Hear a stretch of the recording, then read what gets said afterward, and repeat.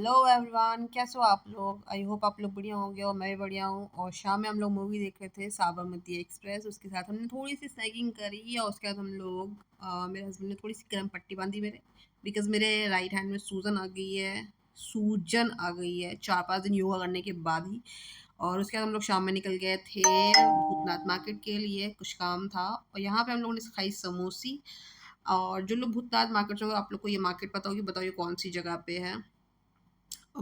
और उसके बाद में हम लोग वापस आते-आते थोड़ी सी बारिश हो गई थी, थोड़ी ज़्यादा बारिश होती है, हम लोग भीग गए थे।